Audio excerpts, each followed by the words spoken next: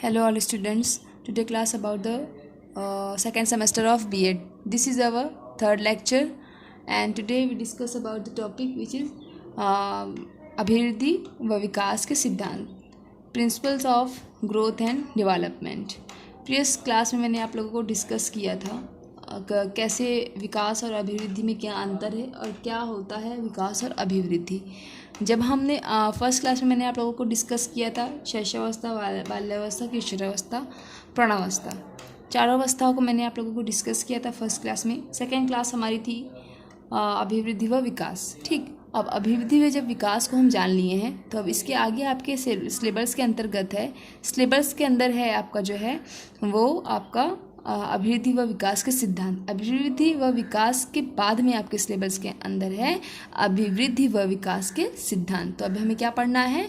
अभिवृद्धि व विकास के सिद्धांत, principles of growth and development.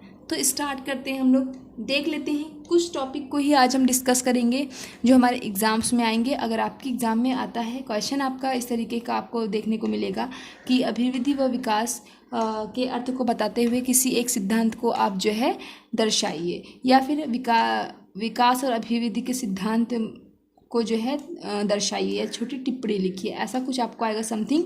तो इसके सिद्धांत तो आप लोगों के कई हैं, 9-10 सिद्धांत हैं, बट इसमें जो आपके 2-3 इम्पॉर्टेंट है या आपको समझ में भी आ जाएंगे, 2-3 बस आप लोग देख लीजिए, वही 2-3 को क्लियर कर लीजिएगा, बाकी एग्ज़ाम में आप लोग को यही पुटअप करना है। ठीक है, तो स्टार्ट करते हैं, हम लोग देख लेते हैं।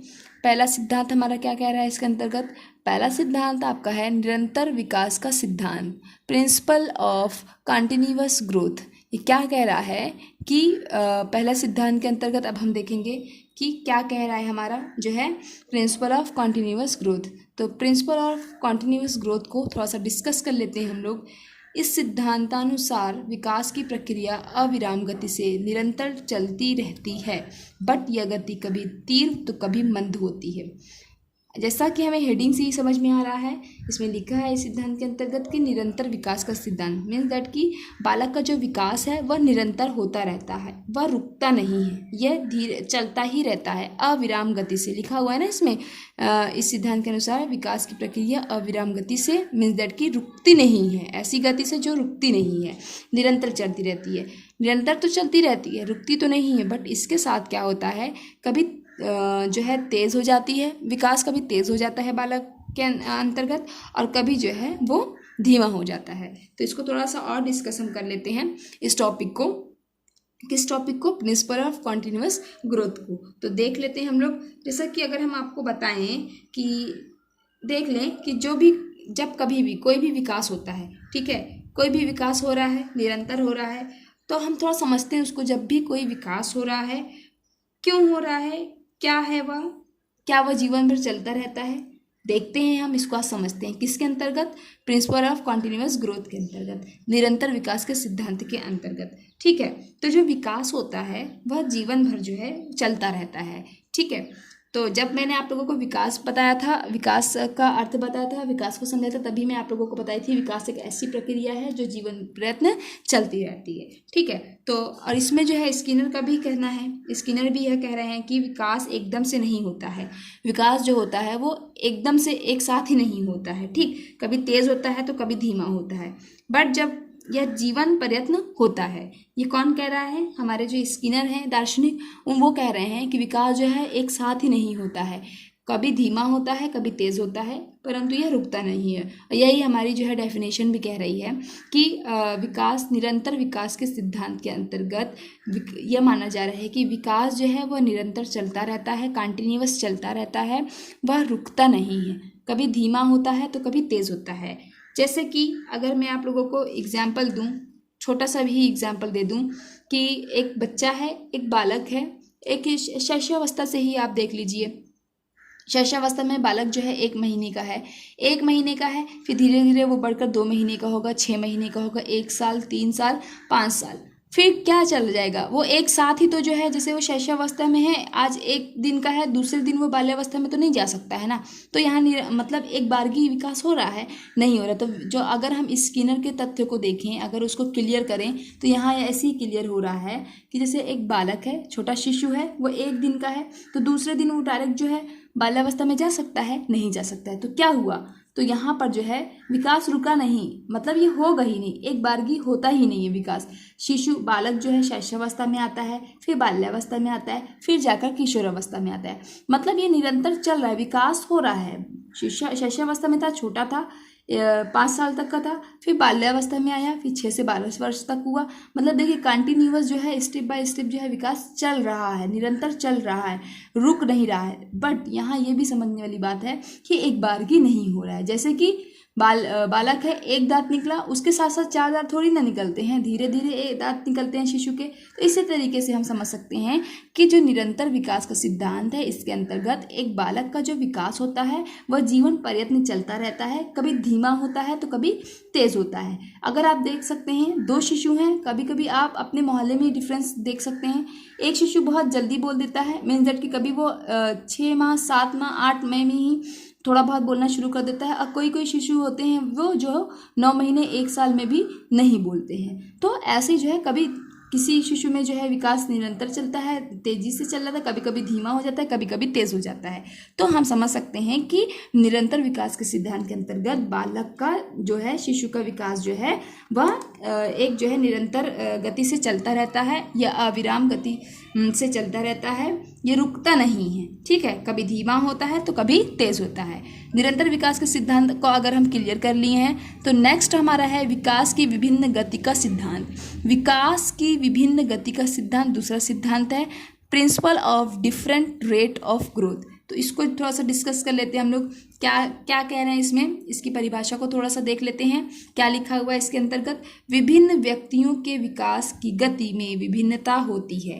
क्या लिख रहे हैं कि विभिन्न व्यक्तियों के विकास की गति में विभिन्नता होती है, तथा यह विभिन्नता विकास के संपूर्ण काल वैसी ही रहती है। अब मैं समझाती हूँ आप लोगों को, ये क्या कह रहा है कि कोई अलग अलग तरीके से व्यक्ति होते हैं, तो उनकी अलग अलग तरीके से जो है विकास की गति जो है उसमें भी भिन्नता पाई जाती है।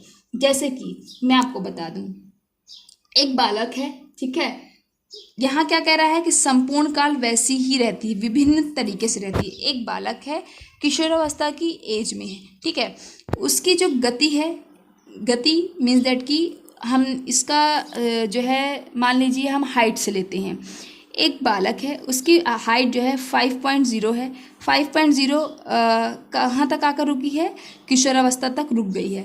अब इसके आगे वो स्टॉप हो जाएगी, इसके आगे वो गति वैसी, वो उसकी जो वो है हाइट है वो वैसी ही रहेगी, चाहे प्रौढ़ावस्था में रहे, चाहे वो जो है बूढ़ा हो जाए, उसकी जो हाइट है वो वैसी ही रहेगी। मीन्स दैट कि यहाँ कहने का मेरा तात्पर्य यह है कि जब तक विकास है, तो कुछ विकास ऐसे होते हैं जो एक बार पूरे हो जाते हैं। एक बार पूरे हो जाते हैं, कौन से विकास है, हाइट वाला एग्जाम्पल मैं आप लोगों को ले रही हूँ। दांत वाला भी एग्जाम्पल आप देख सकते हैं, 32 पे आके स्टॉप हो जाते हैं, फिर जाके वो चाहे बूढ़े हो चाहे जो हो, उनके मतलब उसमें कमी आएगी, बढ़ेगा नहीं। ये चीज़ तो फैक्ट है, ये आप लोग खुद ही देखते हैं, प्रैक्टिकली भी देख सकते हैं आप लोग। ठीक है, हाइट का भी एग्जाम्पल मैं ले रही हूँ। जब मैंने आप लोगों को ये सेंटेंस बताया कि जब तक विकास है, तो कुछ विकास ऐसे होते हैं जो एक बार पूरे हो जाते हैं बिल्कुल। हाइट है, हाइट देख लीजिए, किशोरावस्था तक बढ़ गई, उसके बाद फिर वो नहीं बढ़ेगी। शैशवावस्था, बाल्यावस्था, किशोरावस्था तक आकर स्टॉप हो गई, फिर हाइट जो है नहीं बढ़ती है। ठीक, तो इसी तरीके से तो जिंदगी भर वैसे ही दिखाई देता है। हाइट एग्जाम्पल, फ्रेश एग्जाम्पल मैंने आप लोगों को बताया। जैसे कोई व्यक्ति लंबा है, बताया मैंने अभी आप लोगों को, तो वह क्या है, वो बढ़ेगा नहीं, अब वो वैसे की वैसे ही रहेगा।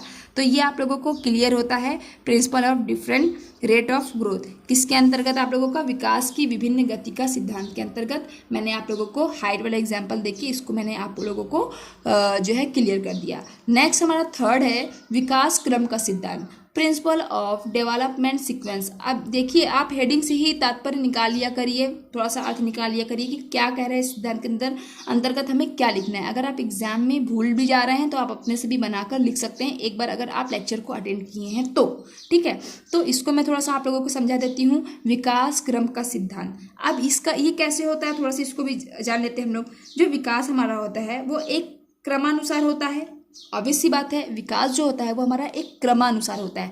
जैसे अब आप लोग थोड़ा यहाँ भी देख लीजिए क्रमानुसार। जैसे कि बालक जो है 1 माह का है, 1 माह का बालक है, ठीक है, हम मानते हैं 1 माह का बालक है, तब वह जो है सिर्फ जो है परखता है लोगों की आहट को समझता है कि हाँ हमारी माता आ रही है या हमें भूख लग रही है तो रोना है, लेकिन वह अपनी भूख को रो कर ही बताता है, उसके आगे वो नहीं बता सकता है। ठीक, पहले बालक का जो है जन्म होता है, जन्म लेते साथ ही बालक को कुछ भी ज्ञान इतना नहीं होता है। ठीक, धीरे धीरे वह ज्ञान उसको प्राप्त होने लगता है। ठीक, तो शिशु है, शिशु जो है शैशवावस्था की आयु में है। पहले वह जो है 6 महीने का है, पहले एक वर्ड बोलेगा। ठीक, पहले माँ, आबा, फिर जो है दादा, मामा, फिर धीरे धीरे वो सारे वर्ड्स को बोलने लगता है, फिर वो एक सेंटेंस कंप्लीट करता है। ये क्या हो रहा है, थोड़ा बोला, फिर थोड़ा बोला, फिर थोड़ा बोला, या फिर ऐसे कहीं होता है, देखा है आप लोगों ने कभी कि जो है शिशु डायरेक्ट एक पूरा सेंटेंस बोलता है कि this is a boy, this is girl and so all. ऐसा कभी शिशु ने बोला है? नहीं, वो पहले समझता है, पहले वो धीरे धीरे जानता है। ABCD विकास हो रहा है ना उसका, ए जाना, फिर बी जाना, फिर एप्पल जाना, फिर बॉल जाना। इसी तरीके से पहले शिशु शैशवावस्था में आता है। शैशवावस्था के प्रथम 3 वर्ष में जो है, जो उसका जो है उत्तर होता है, जो पूर्व शैशवावस्था होता है उसमें जो है वो क्या बोलता है, थोड़ा सा जो है अम्मा, दादा वगैरह बोलना शुरू करता है। जब वो पूर्व शैशवावस्था में आता है, जब वो उत्तर शैशवावस्था में शिशु आता है, तब जाके वो सेंटेंस को कंप्लीट करना सीखता है कि खाना चाहिए, पानी चाहिए। वो धीरे धीरे चलना, पहले शिशु रेंगता है, फिर पैरों पे खड़ा होता है, फिर चलता है, फिर रेगुलर चलने लगता है, फिर दौड़ता है। इस तरीके से बाल्यावस्था में जाता है, फिर किशोरावस्था में जाता है। तो ये एक चरणबद्ध हो रहा है, चरणबद्ध जो है विकास हो रहा है। किसका विकास हो रहा है? शिशु का। तो समझ गए आप लोग। तो इसके अंतर्गत हम लिख सकते हैं विकास क्रम के सिद्धांत के अंतर्गत ये हम लिख सकते हैं कि विकास जो का सिद्धांत जो इसके अंतर्गत विकास एक क्रमानुसार होता है। जैसे एक छोटा बालक को ले लीजिए, उसके जो है पहले 1 माह का पैर पर नहीं चलना सीखता है, धीरे धीरे रेंगता है, फिर चलता है, फिर दौड़ता है। इसी तरीके से एक बालक का जो है विकास होता है। ठीक है, तो मैंने आप लोगों को निरंतर विकास समझाया, जिसमें जो है कभी विकास जो है तेज़ होता है, कभी धीमा होता है। फिर विभिन्न गति का मैंने बताया, हाइट का एग्जांपल मैं आप लोगों को बताई। थर्ड मैंने आप लोगों को बताया कि जो है विकास क्रम का सिद्धांत, जिसमें मैंने आप लोगों को एक शिशु को लेकर एग्जाम्पल दिया। आई थिंक मेरे समझ से आप लोग ये तीनों सिद्धांत काफ़ी अच्छे से समझ गए होंगे, तीनों सिद्धांत समझ गए होंगे। तो आज के लिए इतना ही, मिलते हैं नेक्स्ट क्लास में। Thank you class.